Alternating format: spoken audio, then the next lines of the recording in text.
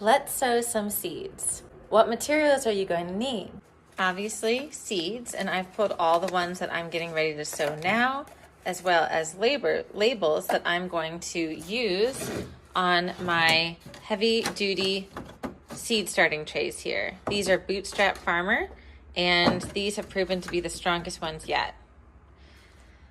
This is the seed starting mix that I'm going to use. I have to pre-wet it, and I'm going to use these soil blockers to create my own soil blocks. There's 3 sizes in here. One for like surface sow, so really narrow or small hole there. One that's about a 1/2 inch hole, and I'm going to use this for most things. And then this one here is the granddaddy. You would use these to transplant these smaller guys when they start to outgrow their little root ball there. And you could also use this bigger one for bigger plants like cucumber, squash. For my setup, it's super simple. It's just a shelving unit, a fan to help keep airflow, some heat mats that are necessary for your springtime veggies, and then of course lights. These are fluorescent lights. The first thing I'm going to do is water my soil and mix it, so that way when I squeeze it, water drips out. It should be able to form a condensed block. The next step is literally just scooping your soil into your soil block. I like to use my hand just to make sure I'm squeezing out extra liquid, and I did make mine a little extra watery. And from there, you just push out your seed blocks. When sowing seeds, the most important thing you can focus on is seed depth, which you should have planned out before sowing. For smaller seeds like this broccoli, I sow 2 to 3 seeds per hole. For larger seeds like cucumber or squash, I do 1 to 2 seeds per hole. You'll also want to see if seeds need light to germinate. Most do not, in which case you would cover up the holes just like I'm doing here. After you cover everything up, it will be time to place your humidity dome on top. And depending on how wet your soil is, you can adjust the holes at the top and put it on a heat mat under your lights. After 2 to 3 days, you'll begin to mist your soil blocks. Caring for your seed blocks is easy. To water, just water to the side of them and never directly to push the soil away. Mist the blocks that have not germinated yet. And if you use the smallest soil blocks, you can make the medium or larger size and transplant them by just sitting them inside the next size up soil blocks. I can honestly say this process has already become so much easier, especially for up-potting the seed starts. I had started a bunch of little ones because I ran out of soil and I had a bunch of seeds that I wanted to start. And so I used the smaller ones and then am up-potting them now. But even from the smallest ones, you can see how healthy the roots are. Once your seeds have germinated, you can take the humidity dome off, but before they have, keep them on and keep the lights on for 14 to 16 hours. I am starting to harden off these little seedlings. They're really small, and the truth is they need to be up-potted, but it's also time to harden them off. So what I'm going to do is set them out in the sun, and then I'm going to just put a layer of compost down below them and water that in to give them a little extra oomph over the next week while I harden them off. I'm going to be hardening them off in the sun like this for 1 week. Starting off with just a couple hours a day and then increasing that amount every day until I plant them in the garden. Here's my little broccoli plant starter. I've had people ask me about these little yellowing leaves at the base, and they're usually worried that it's some sort of disease or something was wrong with their plant. These are actually just cotyledons, and these are the first seed leaves of the plant after germination, and they're supposed to fall off. Part of falling off is decomposing and turning yellow. They're naturally going to fall off and your plants are healthy and happy.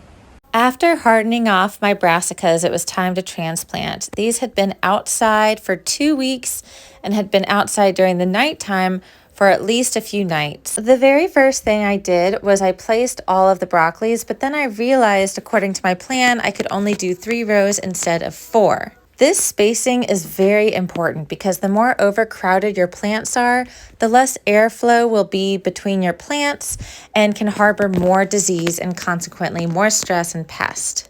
With most vegetables, you can plant them a little bit deeper than their first seed leaves or the cotyledons. So I like to pinch those off because roots will grow from there and create stronger plants. Then dig a hole deep enough just to cover those cotyledons and push the soil back. These guys, I'm leaving 2 to 3 plants per planting in case one gets knocked out by a caterpillar or just starts looking funky. So now I need to water them in. Typically, I would want to get mulch in as soon as these plants are just about 3 inches tall. You want to mulch the bed. But to be completely honest, I am trying to get all of my beds filled with soil for a really awesome shot, because you'll be able to see the patterns of this garden really beautifully with the contrast. You should always water your plants in, even if you have irrigation. If you don't have irrigation, you need to pay attention to how much rainfall you're getting per week. You should be looking for at least 1 inch of water per week, and you can measure that with a rain gauge. Let's talk pruning. Pruning is something that you're going to do throughout the growing season, and different vegetables are going to have different strategies. For example, garlic and onion, I'm only pruning the flowers or scapes. We'll cover specific pruning for different vegetables, but there's another area of pruning that happens mostly with seedlings, and that is called thinning. I recommend having 2 types of pruners on hand depending on what you're pruning. One are bypass pruners, and these are good for pruning blueberry shrubs, trees, anything that's got a diameter of about your pinky size to maybe your thumb. The pruners that I use the most are these pointy pruners, and these are really helpful for going in and thinning your seedlings or pruning very specific spots on your small plants. One of the most important things you can do for disease control is sterilize your pruners. When you have pruned something that looks like it's diseased, it always is a good idea to sterilize your pruners using a rag and vinegar or hydrogen peroxide. So today I'm going to be thinning some of my younger plants. Thinning is a term for pruning smaller plants to give space to your plants that are going to mature to their full size. Here is one example of my broccoli plants. Now these are a little bit bigger than I like to usually wait until I thin. I like them to be a little bit smaller, but it's okay. I am going to go ahead and pick one of these 2 plants for this spot. And spacing is important, because if you don't have enough space for each individual plant, you're not going to get a large enough yield, and you're going to get a little bit less airflow and more struggle of the plants in general. So now I have to pick which one I want to keep. Larger is not always better. This one is definitely smaller, and it looks like it had some leaf miner damage that is also spreading into some disease. This one looks like it's had some caterpillar damage by the whole outer edges eaten here. I haven't found the caterpillar, but I think I'm going to go ahead and keep this one because despite these leaves, this overall looks like a healthier plant than this smaller one that also has some caterpillar damage. All that I do for this is just take my pruners to the very base and cut. These greens can be cooked or fed to my animals. Another factor I'm taking into consideration as I'm thinning these to one plant is the size, because temperatures are rising quickly and broccoli and cauliflower like cooler temperatures. They will bolt, which means go to flower if it gets too hot. So I'm choosing the largest plants to hopefully give me a yield before it gets too hot. There are some exceptions in which case you don't need to thin, and the exception for those are root vegetables that pop up above the ground. For example, these beets.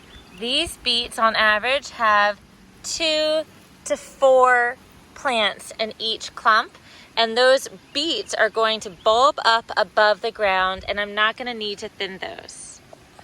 Same thing for my radishes. Carrots I will be thinning, but I'll only do that as these get bigger and when I'm ready to harvest pinky size baby carrots. Thinning is often necessary because when you sow seeds, you're generally sowing more seeds than just one. For larger vegetables and fruits like watermelon or squash, you usually sow 2 to 3 seeds, but eventually you'll need to take it down and thin to one plant. For smaller seeds like tomatoes and peppers, you are sowing 4 to 5 seeds perhaps in each spot, and you're thinning down to one plant. When you sow radishes and beets and carrots or lettuces, you'll be sowing in much more high numbers, and so you'll be thinning as you are basically harvesting, as they are growing into these little baby carrots or baby beets or baby radishes. Here's an example of some lettuces that I sowed, and I sowed in large numbers of seed, and so now I can go through and start harvesting the largest ones. All I need to do is just take my scissors and snip right there at the bottom, and for a while I'm going to be harvesting small amounts of plants like this that will total up to make a nice salad, but eventually every plant here is going to have about 4 to 6 inches of diameter.